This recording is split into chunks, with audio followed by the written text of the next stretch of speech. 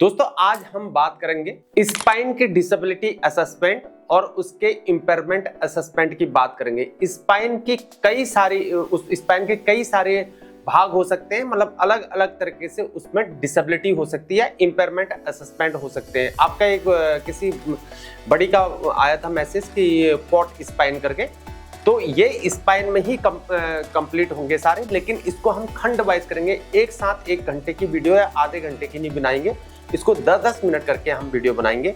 लेकिन सबसे पहले हम जब समझेंगे कि स्पाइन में हम टॉपिक पहले शुरुआत करेंगे स्पॉन्डिलोआर्थराइटिस से शुरू करेंगे, या एसपीए भी लोग इसको कहते हैं, या एक्साइल स्पॉन्डिलोआर्थराइटिस कहते हैं। यानी कि एक प्रकार का गठिया है जिसमें आपके जोड़ दर्द करते हैं या आपके स्पाइन में ये इफेक्ट कर जाता है। हो सकता है आपकी रीढ़ की हड्डी में फर्क करता हो, आपकी छाती के हड्डियों में फर्क करता हो, आपके जॉइंट्स में इफेक्ट करता हो, आपके एल्बो में, आपकी फिंगर्स में, आपके घुटने के पीछे, घुटने में, या थाई मसल में, कमर के नीचे, लोअर बैक या हिप या बटक या जॉइंट, असाई जॉइंट, ये सारे चीज पेन करते हो। गर्दन आपका पेन करता हो, कंधे आपके पेन करते हो, गर्दन आपकी झुक गई हो, तो गर्दन आपकी उठ नहीं रही है, या आपका शरीर हंच बैक हो गया है, बॉडी झुक गई है, किफोसिस की प्रॉब्लम हो गई है, आप बॉडी ऊपर को नहीं हो पा रही है, ये सारी स्पाइन की डिफॉर्मिटीज है। इसको समझने की कोशिश करेंगे। इन सबके भाग अलग अलग होंगे, पूरी बॉडी में होंगे, सबकी डिसेबिलिटी अलग अलग प्रकार से होगी। तो इस बात को, बाकी जो रीढ़ की हड्डी है, रीढ़ की हड्डी का भी इसी में शामिल होगा। इसको समझते हैं, आगे बढ़ते हैं। जय हिंद दोस्तों, मैं हूं हीरा परिहार और आप देख रहे हैं सैनिक एकता। चैनल को सब्सक्राइब करें, वीडियो को ज्यादा से ज्यादा शेयर करें, लाइक करें, कमेंट करें। असेसमेंट ऑफ स्पॉन्डिलोआर्थराइटिस, जिससे कि आपको प्रेजेंटेशन में दिख रहा है, assessment of spondyloarthritis will be based on mobility of spine and involvement of peripheral joints, यानी कि जॉइंट्स की बात भी हो रही है। और नंबर दूसरा, स्पाइन की मोबिलिटी क्या है, स्पाइन में मोबिलिटी हो, यानी कि फ्लेक्सिबिलिटी है नहीं है स्पाइन में। स्पाइन वो तो नहीं हो गया, बिल्कुल जाम तो नहीं गया, जकड़ तो नहीं गया, अकड़ तो नहीं गया है। आपको देखना, ये जो बीमारी के प्रॉब्लम वाले होते हैं, इनके जॉइंट्स पेन करते हैं, स्पाइन्स पेन करते हैं, छाती दर्द करती है, रीढ़ की हड्डी दर्द करती है, गर्दन दर्द करती है, आंखें लाल रहती हैं, इत्यादि जैसी इनको प्रॉब्लम होती है। और धीरे धीरे अगर आपने सही शुरुआत नहीं करा तो ये टीबी में भी, शायद मैंने बहुत सारे लड़कों को देखा है, इसमें लोगों को टीबी की समस्या भी हो जाती है, या दवाइयाँ खाने से लीवर भी डैमेज हो जाते हैं। तो कई सारे प्रॉब्लम होते हैं, बहुत सारे लोगों के हिप भी रिप्लेसमेंट हो जाते हैं, एंकोलॉजिंग स्पॉन्डिलाइटिस जैसी समस्या होती है। तो ये सारी है। ट्रीटमेंट की बात करूँ तो इसमें इन्फ्लेक्सिमैब, एडेलमिमैब और ये सारे इंजेक्शन इसमें लगते हैं, और दवाइयां जैसे सल्फासालाइजिन और इत्यादि इसमें मेडिसिन दी जाती हैं।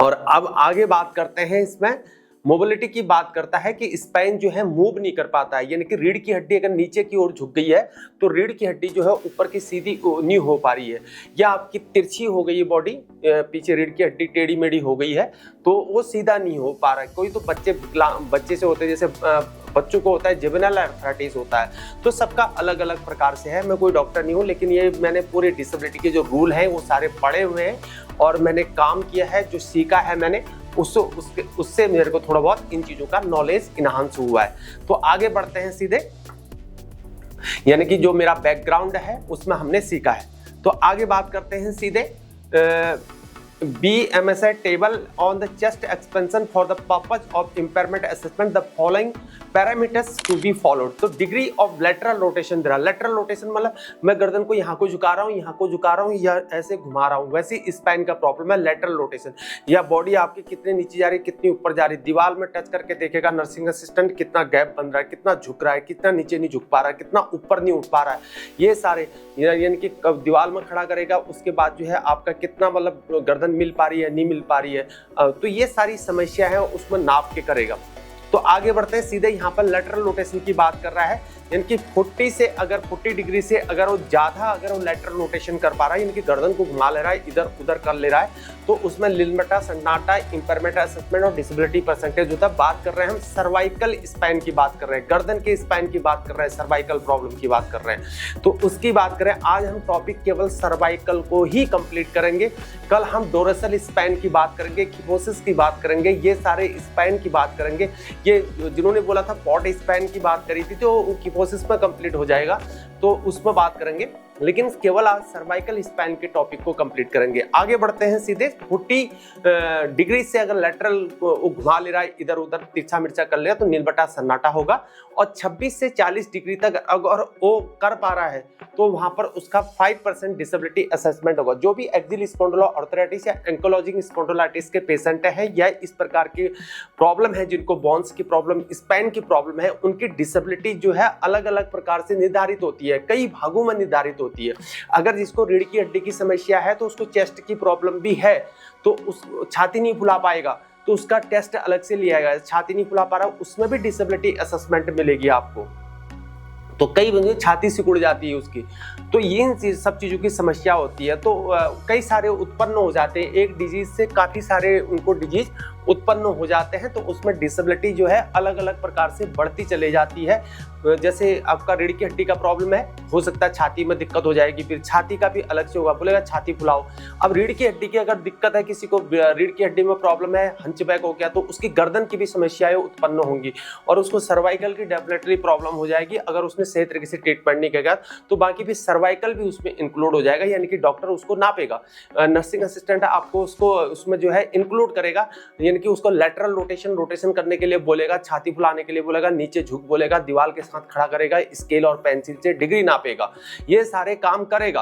और बाकी डॉक्टर देखेगा, डॉक्टर के सामने करेगा, आपके एक्सरे वहां पर पड़े होंगे, आपका एमआरआई वहां पर पड़ा होगा और आपके ब्लड टेस्ट, ब्लड रिपोर्ट सारे डॉक्टर के सामने पड़े होंगे। उसी के आधार पर ओपिनियन करेगा, आपका फिजिकल एग्जाम, और वो डॉक्टर ने जो आपके चेक करा रखे हैं उसमें सीट में बरोबर वो मिलना चाहिए, बाकी डॉक्टर उसको पहचानेगा।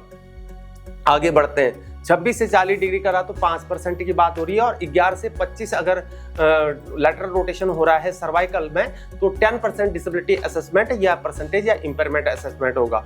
और अगर 0 से अगर 10 डिग्री कर पा रहा है तो यानी कि बहुत कम है, तो सीधे उसका 20 डिग्री डिसेबिलिटी असेसमेंट हो जाएगा, सॉरी करेक्शन, 20% डिसेबिलिटी परसेंटेज या इंपेयरमेंट असेसमेंट हो जाएगा। रिपीट करता हूं एक बार, न्यू रिपीट। तो degree of lateral rotation 40 degree से अगर कर पा रहा ज्यादा तो 40 डिग्री या 40 डिग्री से ज्यादा कर पा रहा तो नीलबटा सन्नाटा। अगर 26 से 40 तक अगर लेटरल रोटेशन हो रहा तो 5%। सर्वाइकल स्पाइन की बात हो रही है। और अगर 11 से गर्दन की बात हो रही है, यानी कि 11 से 25 की बात कर रहा है तो 10% की बात हो रही है। यहाँ पर डिग्री इतना कर पा रहा है 11 से 25, और 10 या 10 से कम कर पा रहा है तो यहाँ पर 20% डिसेबिलिटी परसेंटेज या असेसमेंट इंपेयरमेंट असेसमेंट की यहाँ पर बात की। दोस्तों अब आपको कंफर्म हो चुका होगा, अब लगता है कि मेरे को तुमको कोई डाउट नहीं होगा। मैंने ये भी बता दिया आपको कि जिसको इस प्रकार की डिजीज होगी, रीढ़ की हड्डी की समस्या होगी, तो डेफिनेटली उसको यहाँ पर चेस्ट की प्रॉब्लम भी होगी, उसको गर्दन की समस्या भी हो सकती है, तो उसकी डिसेबिलिटी परसेंटेज बढ़ते चले जाती है, यानी कि बढ़ती है उसकी, कम नहीं होती। अगर इलाज हो गया तो वेल डन है, बहुत बढ़िया है। अगर इलाज नहीं हुआ है, सही तरीके से उसने नेग्लिजेंसी कर दी अपने स्वास्थ्य के साथ, अगर ट्रीटमेंट नहीं कर पाए सही तरीके से, तो यह उसको जानकारी ना हो, जानकारी का अभाव हो कि मुझे किस डॉक्टर के साथ कंसल्ट करना चाहिए। तो जैसे एक्सियल स्पॉन्डिलोआर्थराइटिस है उसको रिमोटोलॉजिस्ट करता है, तो रिमोटोलॉजिस्ट के पास जाना है। लोअर बैक का पेन है तो न्यूरोलॉजिस्ट के पास जाना है, अगर न्यूरोलॉजिस्ट का प्रॉब्लम है। तो एलबीए की समस्या एक्सियल स्पॉन्डिलोआर्थराइटिस के पेशेंटों को भी हो सकती है, क्योंकि उसके एसआई जॉइंट पेन करते हैं, तो उसको रिमोटोलॉजिस्ट करेगा। न्यूरोसर्जन उसका ट्रीटमेंट नहीं कर पाएगा, न्यूरोलॉजी वाला नहीं कर पाएगा, ये आपको समझना होगा। यानी कि डॉक्टर का पता न होने से भी बड़ी सारी समस्याएं हो जाती हैं। तो आगे बात करते हैं सीधे। तो इन सब चीजों का मैंने आपको बता दिया। आज मैं अपने टॉपिक को यहीं पर खत्म करता हूं। सर्वाइकल स्पाइन मैं इसको कंप्लीट कर दिया, इसके अलग अलग भाग हैं, सबको मैं अलग अलग कंप्लीट करूंगा। दोस्तों ये जानकारी अगर आपको अच्छी लगी तो इस चैनल को ज़्यादा से ज़्यादा शेयर करें, वीडियो को लाइक करें, डाउट हो तो कोई कमेंट्स करें, और चैनल को सब्सक्राइब करना ना भूलें, चैनल को शेयर करें, वीडियो को शेयर करें। आज के लिए इतना ही, फिर मिलेंगे। जय हिंद, जय भारत, वंदे मातरम, भारत माता की जय।